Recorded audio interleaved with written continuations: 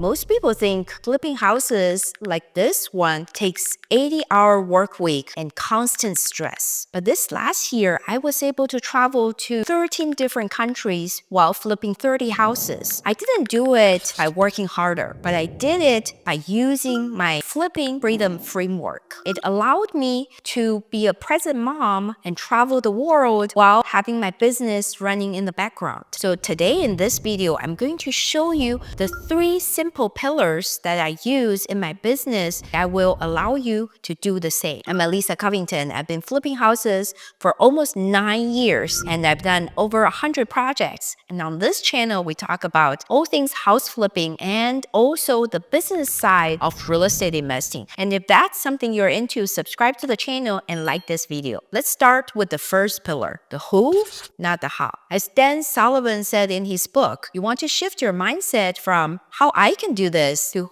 who can do this for me. I think the biggest difference between me and a lot of other house flippers is they try to do everything by themselves. They want to maximize the profits from each project, so they try to do everybody's work. While doing that, they actually really drive themselves to the ground. But for me, that's not the best way to do my business. I decided early on that instead of having to do everybody's job, I want to find the right job for the right people so that everybody can take advantage of their zone of genius. I'm the same. I use my zone of genius so that I only do the stuff that I'm good at and I only do the stuff that I enjoy doing. And I really don't mind paying good money to people who do very good work. To give you an example, in the house flipping process, there are a lot of different parties that are involved, a lot of different roles. There's acquisition part where you look for deals, and that I heavily rely on real estate agents.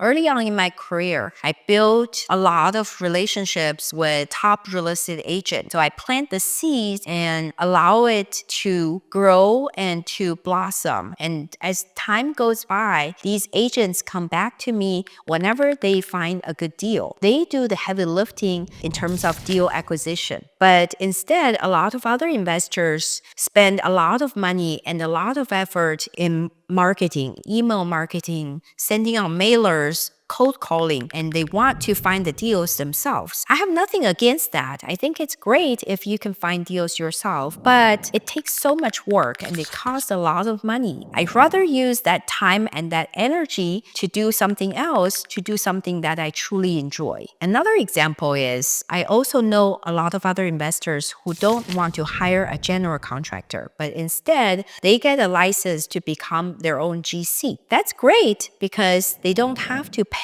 the 20% or even 30% that a GC charges. But then you are going to have to do the work that a GC does, and it's not easy work. As a GC, you have to be on the job site a lot. You have to shop for materials and you have to manage the project, which I think is really the hardest thing in the house flip.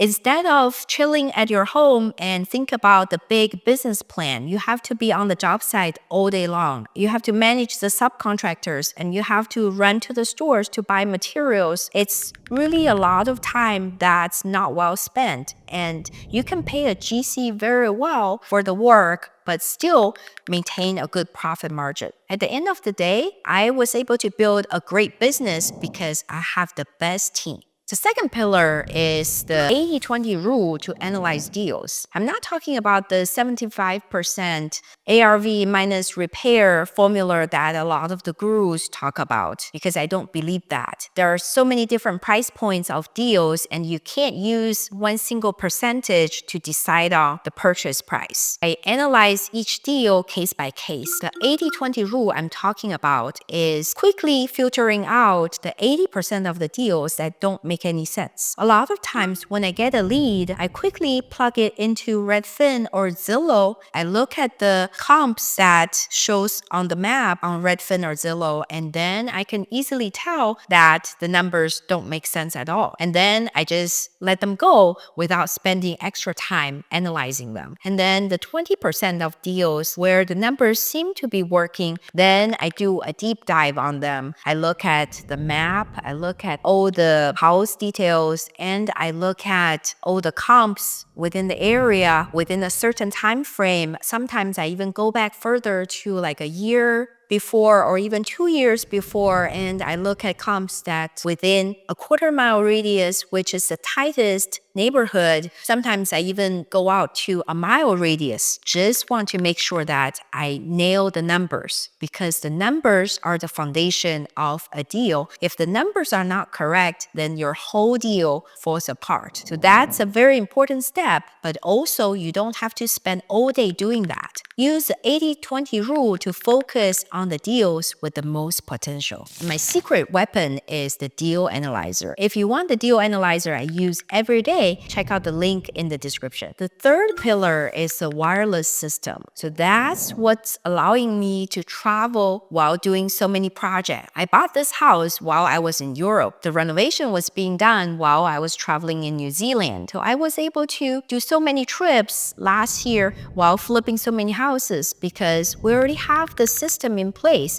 We have SOPs, and my team knows exactly who to contact and what to do if something happens. They know how to handle most of the stuff, and they only call me if there's an emergency. So I didn't actually get any calls while I was on vacation in New Zealand because there was no emergency at all. When implementing systems, there are two issues I see in business owners. One is they can't relinquish control and they can't trust people. That's actually an issue I had early on too. I was thinking, I'm doing this perfectly because it's my own business, it's my baby, so I know how to take care of it the best. But that's not true because so many people out there are very good employees and they can do the same job perfectly if you train them properly. When you hire somebody, you want to make sure that they're the right people. They are the people that you can trust. And then you have to spend a lot of time to train them, to bring them up to speed so they know exactly how to handle each situation. This is when a good SOP would really do a lot of the work for you. The second problem is many business owners struggle to put their phones away or be present on a vacation. And I was like that before as well, before I had a good team and a good system in place, because I was constantly worrying about all the details in the business, all the small things that happen daily. But once I have this team and the system, I know that I can trust them. I know they are trained so that they can handle everything properly. So then I can put the phone away. I can spend time with the family without having to worry about everything that comes up daily. So I think it's really key to be able to have this team and system that can set your mind free. So if you implement everything we talked about, the 3 pillars, you can also enjoy a vacation while scaling your business at the same time. I'm creating more videos to show you the business side of real estate because I want you to have the freedom that I've been enjoying. And if you like this type of content, make sure you subscribe to the channel. Make sure you follow along to see the after of this flip that's going on the market soon. Thank you so much for watching. See you next time. YouTube thinks you're going to want to watch this video next. Tap to watch it. Go.